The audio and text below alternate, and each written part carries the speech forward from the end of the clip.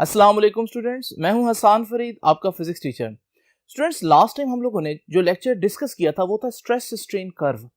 और मैंने बहुत डिटेल में आपको बताया कि किसी मशीन के अंदर हम किसी भी मटेरियल को रखकर उसकी टेस्टिंग कैसे करते हैं, ये कैसे देखते हैं कि उसको तोड़ने के लिए कितनी स्ट्रेस चाहिए, उसको बेंड करने के लिए कितनी स्ट्रेस चाहिए। अगर आप लोगों ने वो लेक्चर नहीं देखा तो आज का लेक्चर आपको समझ में नहीं आएगा, तो इसलिए बेहतर है कि पहले आप वो वाला लेक्चर देख लें टेंसाइल स्ट्रेन कर्व का, और उसके बाद फिर आप इस लेक्चर पर आए। लेकिन आज का लेक्चर जो है उसका मौजू है क्या? बेसिकली आज के लेक्चर में हम लोगों ने जो चीज डिस्कस करनी है वो कुछ इंपॉर्टेंट टर्मिनोलॉजीज हैं जो कि हम मटेरियल्स के लिए यूज करते हैं।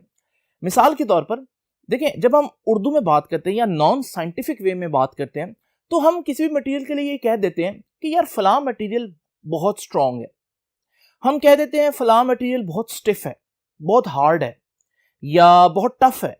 अच्छा, हमारे लिए आम जिंदगी में अगर हम साइंस नहीं पढ़े हुए तो हमारे लिए इन अल्फाज में कोई डिफरेंस नहीं है। यानी हम कह देते हैं भाई वो बहुत टफ है मतलब बहुत हार्ड है, मतलब बहुत स्ट्रेंथ रखता है, मतलब बहुत स्टिफ है, बहुत मजबूत है। लेकिन फिजिक्स कहती है ये सारों का एक मतलब नहीं है। बिल्कुल वैसे जैसे फर्स्ट चैप्टर में आप लोगों को प्रिसीजन और एक्यूरेसी में बताया था कि प्रिसीजन और एक्यूरेसी एक चीज नहीं है। हालांकि हम आम लाइफ में बोल देते हैं कि भाई तुमने बड़ा अच्छा काम किया, तुमने बड़ा प्रिसाइज काम किया, तुमने बड़ा एक्यूरेट काम किया, तो हम आम जिंदगी में प्रिसाइज और एक्यूरेट को एक ही चीज समझ रहे होते हैं। लेकिन रियलिटी में ऐसा नहीं होता। जब हम फिजिक्स पढ़ते हैं तो हमें पता चलता है कि precision is something else and accuracy is something else. इसी तरह से हार्डनेस, स्ट्रेंथ, स्टिफनेस और इस तरह की एक दो और टर्म्स जो हैं, ये मतलब जैसे टफनेस, तो ये सारी चीजें जो हैं इनका मतलब फिजिक्स में डिफरेंट है। तो फिजिक्स कहती है मुमकिन है एक मटेरियल जो है वो हार्ड तो हो लेकिन टफ ना हो।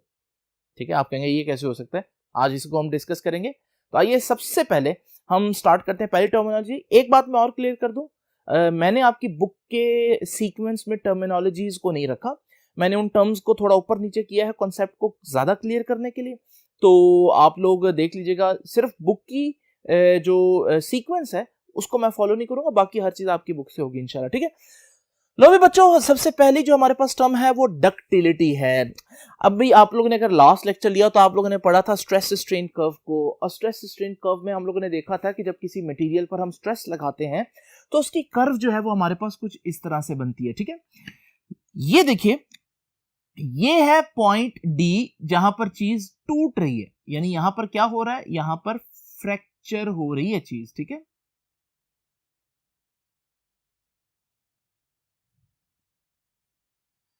फ्रैक्चर होने से पहले ये पॉइंट्स भी समझ लें। पॉइंट ए जो है वो पॉइंट है जहां तक स्ट्रेस और स्ट्रेन डायरेक्टली प्रोपोर्शनल है, तभी हमारे पास एक स्ट्रेट लाइन आ रही है।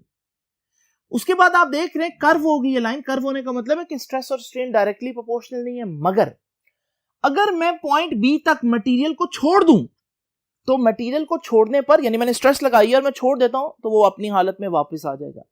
इसे कहते हैं कि वो अपनी शेप वापस गेन कर लेगा। कहां तक ऐसा कर सकता है? पॉइंट बी तक ऐसा कर सकता है। तो पॉइंट बी तक जो है ना, ओ से लेकर बी तक, जिसमें स्ट्रेट रीजन भी आ रहा है और कर्व्ड भी आ रहा है, तो पॉइंट ओ से बी तक का ये जो सारा रीजन है इसे हम बोलते हैं कि मटेरियल जो है वो इलास्टिसिटी को फॉलो कर रहा है। इलास्टिसिटी का मतलब होता है मटेरियल पर जब फोर्स हम हटा दें तो वो अपने ओरिजिनल फॉर्म में, ओरिजिनल शेप में वापस आ सकती है, नहीं आ सकती। अगर आ सकती है तो इसे हम कहते हैं इलास्टिसिटी। और हमने देखा पॉइंट बी तक मटेरियल वापस आ सकती है, इसे हम बोलते हैं इलास्टिसिटी। और समटाइम आपने देखा होगा कि किसी चीज को, जैसे किसी स्प्रिंग को आपने खींचा, जैसे अक्सर हम जो पिकासो का बॉल पॉइंट होता है तो उसमें से हम स्प्रिंग निकाल लेते छोटा सा। जब मैं उसको खींचता हूं तो खींचने पर थोड़ा छोड़ता हूं, वापस आ जाता है। लेकिन अगर मैं उसको बहुत ज्यादा खींच दूं और देखें फिर छोड़ूं तो वापस नहीं आता। जब किसी चीज को आप इतना डिफॉर्म कर दें कि वो अपनी ओरिजिनल शेप में वापस ना आए, इसे हम कहते हैं प्लास्टिसिटी। ठीक है, elasticity is basically the property of regaining the original shape. अपनी ओरिजिनल शेप में वापस आना जो है वो इलास्टिसिटी है। जबकि अगर ऐसा नहीं करते, यानी मटेरियल इतना डिफॉर्म हो जाता है कि वो वापस नहीं आता, तो फिर हम कहते हैं कि ये प्लास्टिसिटी है। जब हमने देखा कि बी से ज्यादा स्ट्रेस लगा देना तो बी से सी तक मटेरियल वापस अपनी शक्ल इख्तियार नहीं करेगा। तो बी से सी का जो रीजन है वो रीजन ऑफ प्लास्टिसिटी। ठीक है, तो इलास्टिसिटी और प्लास्टिसिटी दो चीजें हो गई। अब आते हैं अपनी टर्म की तरफ, व्हाट इज डक्टिलिटी।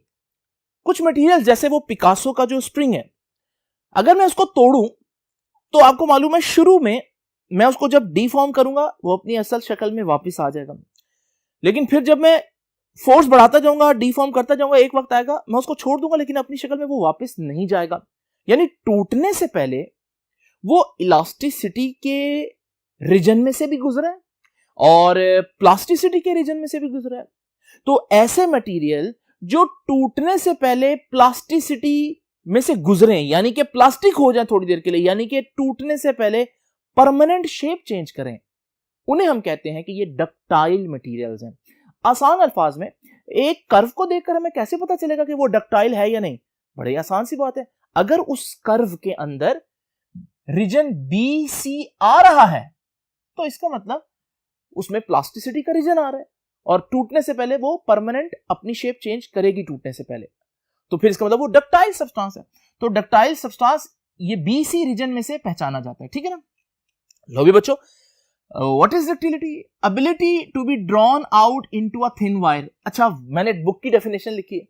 अब बुक की डेफिनेशन देखकर तो आप कहेंगे कि सर ये जो डेफिनेशन है ये तो अजीब सी डेफिनेशन है, जो कॉन्सेप्ट आपने दिया उसका तो इस डेफिनेशन से कोई ताल्लुक नहीं बन रहा। क्योंकि कॉन्सेप्ट क्या है, जब कोई चीज टूटती है तो अगर वो टूटने से पहले अपनी शक्ल परमानेंटली चेंज कर ले तो इसका मतलब है कि वो डक्टाइल है। देखिए डेफिनेशन असल उसकी एक प्रॉपर्टी को बता रही है। अगर कोई चीज अपनी शक्ल परमानेंटली चेंज कर लेगी टूटने से पहले तो इसका फायदा पता है क्या? इसका फायदा है कि मैं उसको खींचकर उससे वायर्स बना सकता हूं, उसकी शीट्स बना सकता हूं। ठीक है, जैसे एल्यूमिनियम पर बहुत ज्यादा जब हम प्रेशर डालते हैं तो एल्यूमिनियम जो है वो टूटता नहीं है, क्योंकि टूटने से पहले उसने अपनी शक्ल चेंज करनी होती है परमानेंटली। तो वो टूटने से पहले अब उसको शीट में कन्वर्ट किया जा सकता है, उसकी वायर्स बनाई जा सकती है। ठीक है ना। तो डक्टाइल सब्सटेंस की जो एक प्रॉपर्टी है कि उससे वायर्स बनाई जा सकती है, उससे शीट्स बनाई जा सकती हैं, तो उस प्रॉपर्टी की बिना पर उसने डिफाइन कर दिया ability to be drawn out into a thin wire. ठीक है ना। तो ये सिर्फ डक्टाइल ही कर सकते हैं। अच्छा, ये डक्टाइल की एग्जांपल्स क्या होंगी? एग्जांपल्स मैंने बुक वाली लिख दी हैं, गोल्ड, कॉपर। अब देखिए ना, गोल्ड है, गोल्ड डक्टाइल, यानी अब आप सोचें जरा थोड़ी देर के लिए, आपने जेवर बनाना है, आपने ज्वेलरी बनानी है, और ज्वेलरी बनाने के लिए आप सोच रहे हैं यार मुझे कैसा मटेरियल चाहिए। ठीक है, और कोई कहता है यार शीशे की ज्वेलरी बनाओ। अब आप शीशे की ज्वेलरी के लिए शीशे को जैसे ही बेंड करते हैं शीशे टूट जाता है। इसका मतलब वो तो डक्टाइल सब्सटेंस नहीं है। आपको तो कोई ऐसी चीज चाहिए जो जब आप फोर्स लगाएं तो थोड़ी देर के लिए अपनी शक्ल तब्दील करके रखे। ज्वेलरी के लिए तो ये जरूरी है, तो फिर आपको एक डक्टाइल सब्सटेंस चाहिए। तो गोल्ड आप यूज करते हैं ज्वेलरी में, इसका मतलब गोल्ड जो है वो डक्टाइल सब्सटेंस है। आप वायर बना सकते हैं ना डक्टाइल से, और आपको मालूम है हमारे इर्द गिर्द जितनी भी वायर्स हैं वो कॉपर की वायर होती हैं, तो इसका मतलब कॉपर भी एक डक्टाइल सब्सटेंस है। इसके अलावा टाइटेनियम, रॉट आयरन, ब्रास, ये सारी इसके एग्जांपल्स हैं। उम्मीद है आपको डक्टिलिटी यहां तक समझ में आई होगी। ठीक है ना। अच्छा जी, अब जरा बात करते हैं डक्टिलिटी की एप्लीकेशंस की। ठीक है, इसका एप्लीकेशन तो एक उसकी डेफिनेशन में आ गई ना कि उससे वायर्स बनाई जा सकती हैं, उससे शीट्स बनाई जा सकती हैं, लेकिन इसकी एक बड़ी इंपॉर्टेंट एप्लीकेशन है। देखिए, मटेरियल डक्टाइल तब होगा जब वो प्योर होगा। ठीक है, अगर वो जितना प्योर होगा उतना ज्यादा डक्टाइल होगा। तो जब किसी मटेरियल की प्योरिटी का अंदाजा लगाना हो कि वो कितना प्योर है, उसका एक आसान तरीका यह है कि आप उस मटेरियल की डक्टिलिटी चेक करें। अगर वो बहुत डक्टाइल है, यानी टूटने से पहले प्लास्टिक डिफॉर्मेशन कर रहा है, तो इसका मतलब वो मटेरियल जो है वो प्योर है। और अगर वो थोड़ी सी फोर्स लगाने पर फौरन टूट जाता है, अपनी शेप चेंज नहीं करता, इसका मतलब कोई गड़बड़ है और वहां पर इंप्योरिटीज ऐड की हुई हैं। तो जब आप घरों में इस्तेमाल होने वाला सरिया देखते हैं तो उस सरिये में मिलावट भी हो सकती है। अब देखें, वो मिलावट नजर तो आनी नहीं है, तो उसका फिर तरीकाकार क्या है कि सरिये को कैसे चेक किया जाए कि ये प्योर मटेरियल है या नहीं है। तो उसके लिए फिर हम यही टेस्ट यूज करते हैं। नाउ स्टूडेंट्स, एप्लीकेशन क्या है? Ductility can be used as quality control measure to assess the level of impurities. ठीक है ना। तो कोई चीज कितना इंप्योर है उसका टेस्ट जो है वो डक्टिलिटी से आप अंदाजा लगा सकते हैं। Let's talk about brittleness. Brittleness ductility से रिलेटेड है, इसलिए मैंने इसको इसके साथ रखा है। मैं बात कर रहा था शीशे की। शीशे से ज्वेलरी नहीं बनाई जा सकती, क्योंकि अगर आप शीशे को बेंड करने की कोशिश करते हैं तो क्या ऐसा होता है कि शीशे को आप बेंड कर दें और थोड़ी देर के लिए बेंड करने के बाद वो अपनी जगह पर as it is bend form में रहे, ऐसा तो नहीं होता। जो आपका स्टील का स्केल होता है, जो आप लोग लाइनें लगाने के लिए यूज करते हैं, उसको अक्सर आप बेंड करते हैं, तो क्या बेंड करने पर वो फौरन टूट जाता है? आप कहेंगे नहीं सर, वो बेंड करने पर जब बहुत ज्यादा बेंड हो जाता है तो अपनी हालत मुसलसल परमानेंटली चेंज कर लेता है। इसका मतलब वो डक्टाइल है। लेकिन शीशा को आप क्या ऐसा कर सकते हैं हीट किए बगैर? हीट की बात नहीं करनी, क्योंकि अभी हम मैकेनिकल प्रॉपर्टीज देख रहे हैं। हीट जो वो थर्मल प्रॉपर्टीज में आ जाती है ना। तो क्या शीशे को बेंड करें और वो स्टील के स्केल की तरह वैसे ही बेंड रहे? ऐसा तो नहीं हो सकता, वो तो फौरन टूट जाएगा। इसका मतलब वो प्लास्टिसिटी के रीजन में से जो है वो पास नहीं कर सकता, वो परमानेंटली अपनी शेप चेंज कर ही नहीं सकता। तो जो प्लास्टिसिटी जो है ना उसके रीजन को फॉलो नहीं करते, उनमें प्लास्टिसिटी का रीजन होता ही नहीं है, उन्हें हम ब्रिटल सब्सटेंसेस कहते हैं, राइट। वो थोड़ी सी फोर्स लगाने पर टूट जाते हैं, उन्हें अपनी शेप को परमानेंट चेंज करना गवारा नहीं है। टूटना गवारा है लेकिन शेप नहीं चेंज करेंगे। ये देखिए मेरे पास यहां पर रीजन ऑफ प्लास्टिसिटी था ना, अगर मैं इसको हटा दूं, प्लास्टिसिटी का रीजन ना हो, तो ये वाली जो कर्व है इसको देखें पॉइंट बी तक, तो पॉइंट बी तक वाली ये कर्व मैंने आपके सामने बनाई है। ये जो कर्व है ये आपके पास डक्टाइल नहीं बल्कि ब्रिटल सब्सटेंसेस की कर्व है। आप कहेंगे सर ये ग्राफ आगे क्यों नहीं गया? भाई बता तो दिया, इसने यहां पर टूट जाना तो ग्राफ आगे कैसे जाएगा? समझ लगी ना। तो उसमें प्लास्टिसिटी का रीजन नहीं होता। तो ये देखिए a material that has the tendency to break easily, हम कहेंगे ये तो बड़ी आसानी से टूट जाएंगे। स्टील के रोलर नहीं आसानी से टूटते, आने ना, उसको बेंड करते हैं, फिर वो इधर आकर अपनी शेप जो है वो परमानेंटली चेंज कर लेता है, फिर आप उसको दोबारा बेंड करते हैं और फिर इस तरह काफी दफा करके उसको तोड़ते हैं, ऐसे ही ना। लेकिन शीशे के बारे में ऐसा नहीं। तो a material that has the tendency to break easily और suddenly without any extension first, यानी उसमें एक्सटेंशन नहीं होगी। एग्जांपल क्या है जी? Cast iron, concrete, high carbon steel, ceramics, urea formaldehyde यानी यूएफ इसे कहते हैं, ठीक है ना। तो ये तो आपको समझ में आ गया कि हमारे पास एक डक्टाइल और ब्रिटल सब्सटेंस में क्या फर्क होता है। एक दफा दोबारा इसकी समरी कर देता हूं। डक्टाइल मटेरियल्स जो है वो बेसिकली ऐसे मटेरियल्स होते हैं जो टूटने से पहले पहले अपनी शेप परमानेंटली डिफॉर्म कर लेते हैं, जबकि ब्रिटल सब्सटेंसेस हैं जो अपनी शेप को परमानेंट डिफॉर्मेशन नहीं करते, वो प्लास्टिसिटी के रीजन में से पास नहीं करते, आसानी से टूट जाते हैं, जिसकी एक बेहतरीन एग्जांपल खुद शीशा यानी कि ग्लास है। तो अगर आप चाहें तो यहां पर ये ग्लास को भी ऐड कर लें। अब ग्लास की फिर वायर्स नहीं बन सकती, क्योंकि भाई वो बेंड हो ही नहीं सकता, उसकी शीट्स नहीं बन सकती गर्म किए बगैर, क्योंकि गर्म करना मैकेनिकल प्रॉपर्टीज में नहीं आता, थर्मल प्रॉपर्टीज में आता है, इसलिए हम उसको डिस्कस नहीं करेंगे। ये दो टर्म्स आपको समझ में आई हैं। अब हम डिस्कस करते हैं नेक्स्ट टू टर्म्स। तो आइए चलते हैं नेक्स्ट बोर्ड पे। तो बच्चों अब हम डिस्कस करते हैं next two terms, elasticity and plasticity. अब क्योंकि पिछली दो टर्म्स को एक्सप्लेन करने के लिए ये दोनों वर्ड्स मैंने एक्सप्लेन कर दिए थे, अब मैं इसको ज़्यादा टाइम नहीं दूंगा, बस आपको बताता हूँ कि वो मैंने जो इलास्टिसिटी और प्लास्टिसिटी के डेफिनेशन की थी वो एक दफ़ा आप सुन लें। तो ये मेरे पास एक डक्टाइल सब्सटेंस का ग्राफ है, स्ट्रेस स्ट्रेन ग्राफ है। अगर मैं इसको फोर्स लगा रहा हूँ तो उसमें स्ट्रेन बढ़ती जा रही है, करते करते हम पॉइंट बी पर पहुंचते हैं। पॉइंट बी क्यों अहम है? क्योंकि अगर मैं पॉइंट बी को क्रॉस कर जाता हूं तो प्रॉपर्टीज चेंज हो जाती हैं।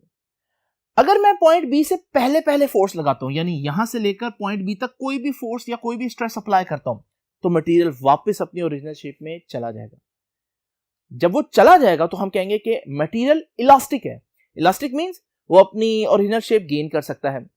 तो ये जो इलास्टिक होना है इसे हम कहते हैं इलास्टिसिटी। और जैसे मैंने पिकासो का जो स्प्रिंग था उसका बताया आपको कि जब हम पिकासो के स्प्रिंग को खींचते हैं एक लिमिट तक अगर हम उसको खींचें ना और छोड़ें तो वो वापस अपनी ओरिजिनल शेप गेन कर लेता है, राइट। तो इसका मतलब what is elasticity? The ability of a material to return to its original form, अपनी ओरिजिनल फॉर्म में वापस आने की जो एबिलिटी है उसे हम इलास्टिसिटी कहते हैं। After a load has been applied and removed, यानी जब मैं वो जो लोड है यानी कि जो फोर्स है जब मैं उसको रिमूव कर दूंगा तो अगर मटेरियल वापस जा रहा है तो मैं कहूंगा ये प्लास्टिक है या प्लास्टिसिटी को इलास्टिक है या इलास्टिसिटी को फॉलो कर रहा है, राइट। तो इलास्टिसिटी कहां से कहां तक होती है मैंने पहले भी बताया, पॉइंट ओ से बी तक। ये है इलास्टिसिटी, पॉइंट ओ से पॉइंट बी तक, ठीक है ना। तो ये है रीजन ऑफ इलास्टिसिटी। ग्राफ के ऊपर इलास्टिसिटी पॉइंट ओ से पॉइंट बी तक आपको दिखेगी, राइट।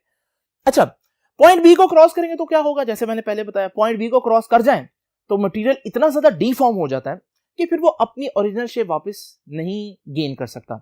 तो हम कहते हैं मटेरियल क्या हो गया, पहले इलास्टिक था अब प्लास्टिक हो गया। प्लास्टिक मतलब परमानेंट शेप चेंज कर लिया उसने, राइट। और प्लास्टिसिटी कहां से कहां तक है, बी से शुरू होती है और पॉइंट सी तक, ठीक है ना। तो बी से सी तक प्लास्टिसिटी है। आप सोचेंगे सर सी के बाद क्या होगा, वो मैंने पिछले लेक्चर में बताया था आपको कि सी के बाद चीजें टूटना शुरू हो जाती है, ठीक है ना। लो बच्चों, plasticity the material which deformed permanently when small forces applied, वो फॉरन परमानेंट शेप चेंज कर लेती है, ठीक है। उसमें प्लास्टिसीन है और क्ले है। तो इलास्टिसिटी और प्लास्टिसिटी तो आपको पता चल गई। अब स्टूडेंट्स बात करते हैं एक नेक्स्ट इंपॉर्टेंट टर्म की, और वो है स्टिफनेस। अब हमारे पास 4 टर्म्स आएंगे। मैं बोलूंगा स्टिफ, मैं बोलूंगा स्ट्रॉन्ग, हार्ड, टफ, ये 4 चीजें। इंग्लिश में तकरीबन सबका मतलब एक ही है कि भाई मटेरियल जो है वो बड़ा स्ट्रॉन्ग है, लेकिन फिजिक्स में इन सब का मतलब डिफरेंट है। तो let's talk about stiffness. Stiff क्या होती है? चीज के स्टिफ होने का मतलब यह है the ability to resist bending. जब मैं किसी चीज पर फोर्स लगाऊं तो मेरी फोर्स को वो कितना कैंसल करती है। मेरी फोर्स लगने पर अगर तो वो डीफॉर्म नहीं होती तो इसका मतलब यह है कि हमारे पास वो एक स्टिफ मटेरियल है, और अगर वो डीफॉर्म होती जाती है इजीली तो इसका मतलब वो एक कम स्टिफ मटेरियल है, राइट। तो इसकी बेहतरीन एग्जांपल मैं आपको देता हूं, और वो रबर है। आपके पास जो रबर होता है जब आप उसको खींचते हैं, मिटाने वाला रबर नहीं बल्कि वो जो दूसरा रबर होता है, तो रबर बैंड है मेरे पास एक, मैं उस रबर बैंड को फोर्स लगाता हूं वो थोड़ा सा खुल जाएगा, और फोर्स लगाता हूं और हो जाएगा, और लगाता हूं और हो जाएगा। आप देख रहे हैं कितनी आसानी से वो अपनी शेप चेंज करी जा रहा है। तो मैं कहूंगा rubber is not very stiff. ये तो थोड़ी सी स्ट्रेस पर बहुत शेप चेंज कर रहा है, यानी little stress is producing more strain, little stress is producing more strain. तो सोचें इसका ग्राफ कैसा बनेगा। ये देखें, इतनी स्ट्रेस है, सोचें इतनी स्ट्रेस है, इतनी स्ट्रेस पर स्ट्रेन कितनी है। यहां से आपने लाइन लेकर जानी आगे, ये देखें, तो स्ट्रेस इतनी है और स्ट्रेन इतनी ज्यादा। तो इसका मतलब थोड़ी सी स्ट्रेस पर अगर बहुत ज्यादा स्ट्रेन आ जाए, यानी बॉडी बहुत ज्यादा शेप चेंज करना शुरू कर दे, तो हम कहते हैं कि ये तो स्टिफनेस बहुत कम है। The ability to resist bending, इसका मतलब फिर ये आसानी से बेंड हो सकता है। तो आपको पता है रबर वगैरह इजीली बेंड हो जाते हैं। इसी तरह से स्टूडेंट्स, मेरे हाथ में ये मार्कर है, तो इस मार्कर को मैं देखता हूं तो काफी ज्यादा स्टिफ है, ये रबर की तरह इजीली बेंड नहीं हो रहा, राइट।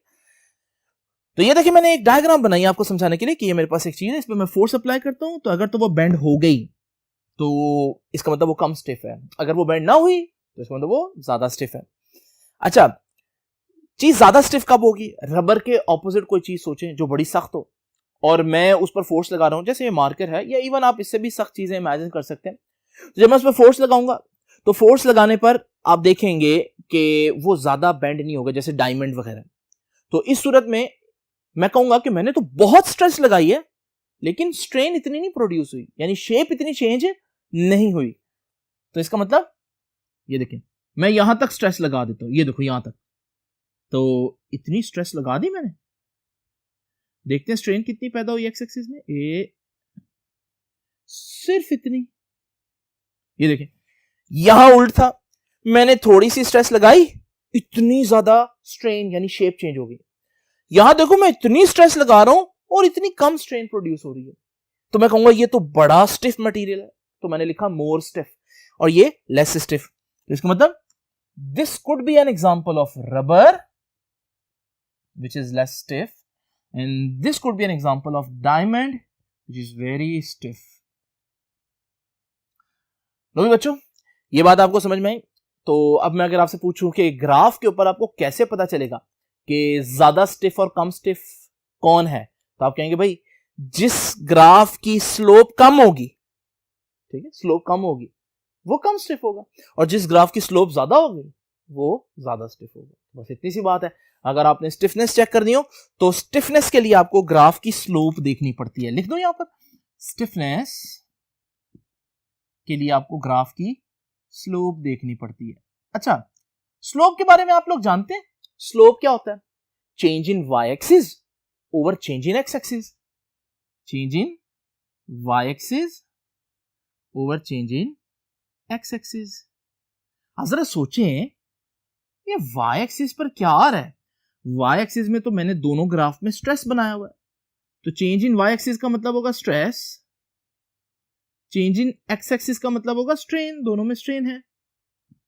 सोचो जरा, ये स्ट्रेस डिवाइडेड बाय स्ट्रेन क्या होता है? याद करें मेरा वो लेक्चर जिसमें मैंने आपको बताया था मॉड्यूलस के बारे में। स्ट्रेस ओवर स्ट्रेन तो इलास्टिसिटी मॉड्यूलस होता है। तो क्या सीखा? सीखा ये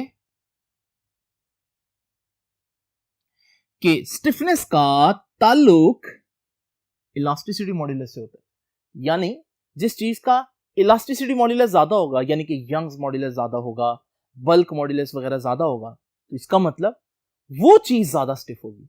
तो stiffness has something to do with the elasticity modulus, और stiffness is directly proportional to elasticity modulus. आप कह सकते हैं जितना मॉड्यूलस ज्यादा होगा उतना हम बोलते हैं कि बॉडी स्टिफ है।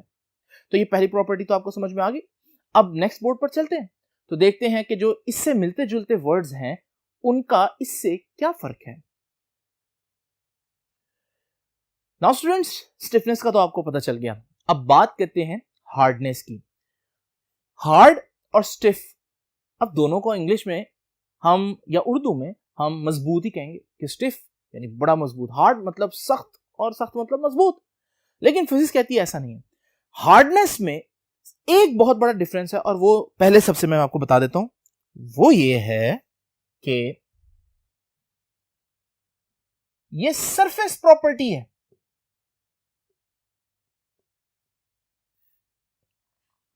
स्टिफनेस की अगर हम बात करें, वो मटेरियल की प्रॉपर्टी है। ये मटेरियल के सरफेस की प्रॉपर्टी है, वो इंटरनल प्रॉपर्टी है।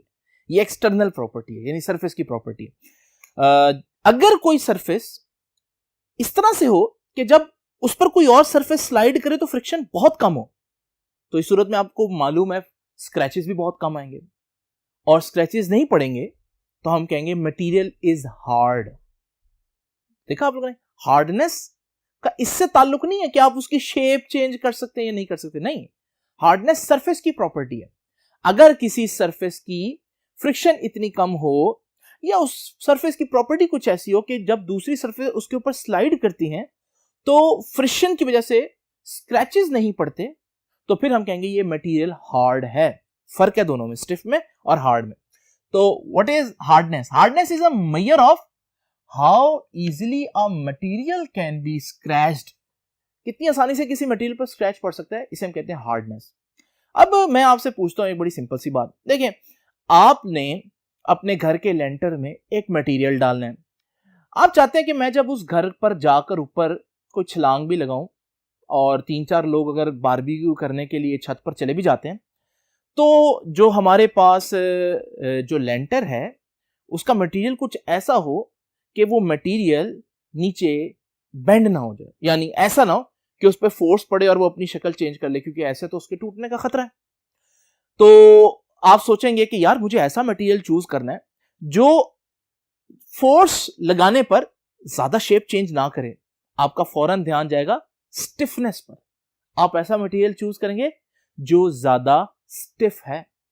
आपको इससे कोई फर्क नहीं पड़ता वो हार्ड है या नहीं, क्योंकि हार्डनेस का मतलब है स्क्रैच पड़ते हैं या नहीं पड़ते, पड़ते रहे। अगर छत पर स्क्रैच पर भी जाए, यानी कि आम स्क्रैचेस की बात कर रहा हूं, तो अगर छत पर चलते हुए लोगों के जूतों से स्क्रैच पड़ जाए तो इससे क्या फर्क पड़ता है? तो वहां पर आप लोगों का असल मेन फोकस जो होगा वो स्टिफनेस का होगा।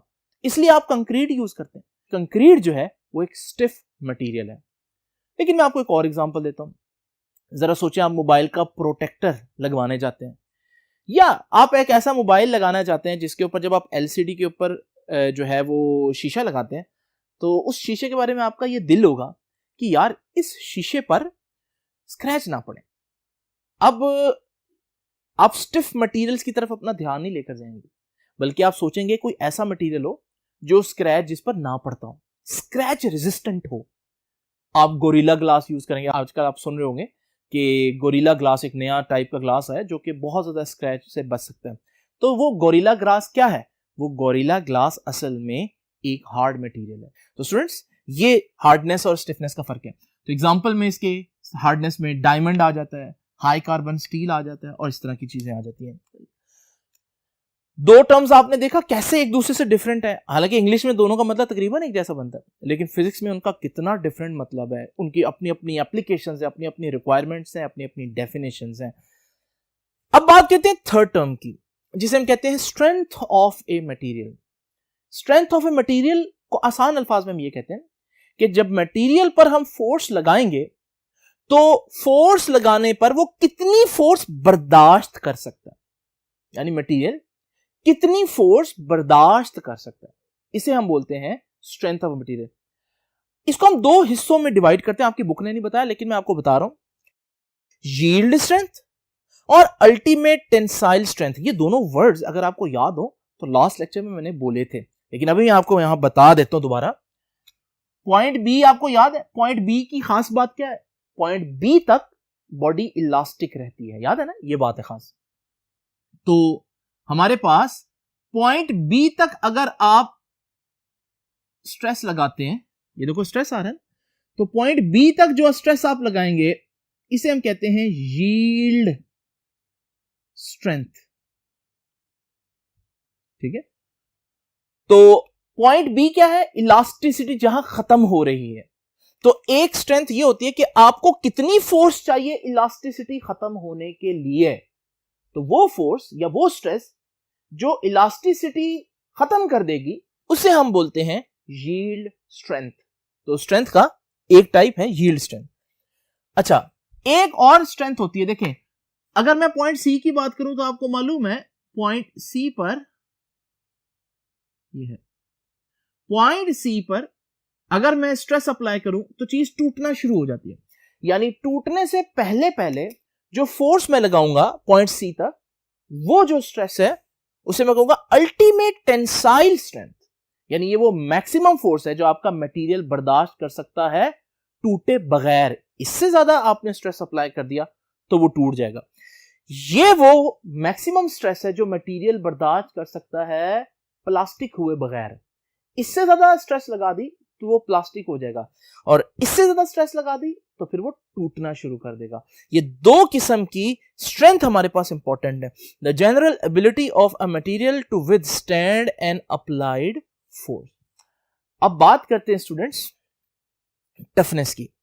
अब टफनेस क्या है जरा देखिए, हमारे पास डक्टाइल और ब्रिटल दोनों का ग्राफ मैंने आपके सामने बनाया हुआ है और मैंने समझाया भी था आपको इन दोनों का ग्राफ।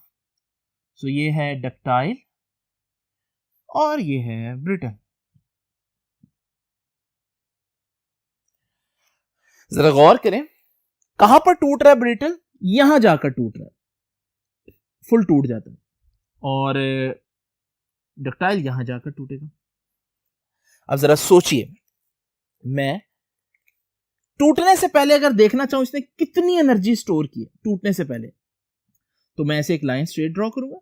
तो ये जो स्ट्रेस स्ट्रेन कर्व के नीचे जो एरिया आ रहा है, इससे मुझे पता चलेगा कि टूटने से पहले पहले, यानी जब मैंने उसको डीफॉर्म करना शुरू किया ओ पॉइंट से, और जब तक वो टूटा, तो इस सारे प्रोसेस के लिए जो मुझे टोटल एनर्जी देनी पड़ेगी वो ये है, जिसको मैंने हाईलाइट किया है, शेड किया, और वो स्ट्रेस स्ट्रेन कर्व के अंडर जो एरिया आ रहा है उसके बराबर है।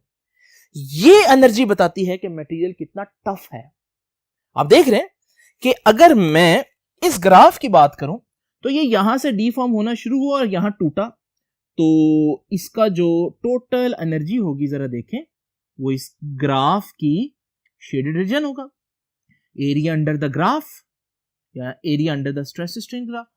ये तो क्लियरली नजर आ रहा है कि यार ये टूटने से पहले पहले अच्छी खासी एनर्जी एब्जॉर्ब करेगा, जबकि ये टूटने से पहले पहले ज्यादा एनर्जी एब्जॉर्ब नहीं कर सकता, ये तो जल्दी टूट जाएगा। तो अब आप सोचें थोड़ी देर के लिए कि अगर आपने एक हैमर बनानी है जिससे आप कम टाइम में बहुत ज्यादा फोर्स अप्लाई करते हैं, तो एक हैमर जो आप बनाएंगे, आप चाहते हैं कि जब मैं उसको कील पर मारूं वो कहीं टूट ना जाए।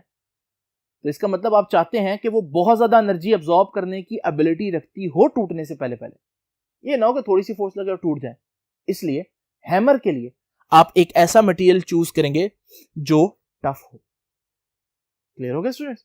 आप सोच रहे होंगे कि यार बात तो हार्डनेस और टफनेस की एक जैसी है, लेकिन एक जैसी नहीं है। अब मिसाल के तौर पर अगर आप देखें, डायमंड बहुत ज्यादा हार्ड है, एंड डायमंड बहुत ज्यादा हार्ड है क्योंकि उसको स्क्रैच नहीं पड़ सकता।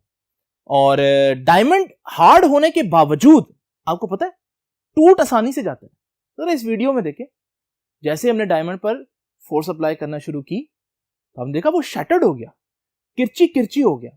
इसका मतलब वैसे तो बड़ा हार्ड है, यानी स्क्रैचेस नहीं पड़ सकते इस पर, लेकिन अगर आप इस पर थोड़ी सी ज्यादा एनर्जी लगा दें तो ये टूट जाएगा, यानी ये टूटने से बचने के लिए एनर्जी एब्जॉर्ब नहीं कर सकता बहुत ज्यादा। तो इसका मतलब बड़ी मजे की लाइन है कि diamond is hard but not tough. Diamond hard तो है लेकिन टफ नहीं है। आपने देखा स्टूडेंट्स कि स्टिफनेस, हार्डनेस, स्ट्रेंथ और टफनेस कैसे इनका मतलब इंग्लिश में तो एक जैसा बनता है, करीब करीब मतलब बनता है, लेकिन फिजिक्स में इतना डिफरेंस है इनमें कि एक चीज हार्ड है जैसे डायमंड, लेकिन वो टफ नहीं है। तो स्टूडेंट्स ये था आज का लेक्चर। उम्मीद है ये सारी टर्मिनोलॉजीज आपको समझ में आई होंगी। आपसे इंशाल्लाह मुलाकात होगी नेक्स्ट लेक्चर में। तब तक के लिए अल्लाह हाफिज।